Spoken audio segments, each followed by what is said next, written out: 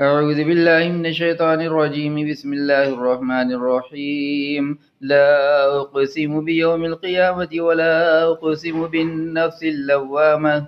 أيحسب الإنسان أن لن نجمع عظامه بلى قادرين على أن نسوي بنانه بل يريد الإنسان ليفجر أمامه يسأل أيان يوم القيامة فإذا برق البصر وخسف القمر وجمع الشمس والقمر يقول الإنسان يومئذ أين المفر كلا لا وزر إلى ربك يومئذ المستقر ينبأ الإنسان يومئذ بما قدم وأخر بل الإنسان على نفسه بصيرة ولو ألقى معاذيره لا تحرك به لسانك لتعجل به إن علينا جمعه وقرآنه فإذا قرأناه واتبع قرآنه ثم إن علينا بيانه كلا بل تحب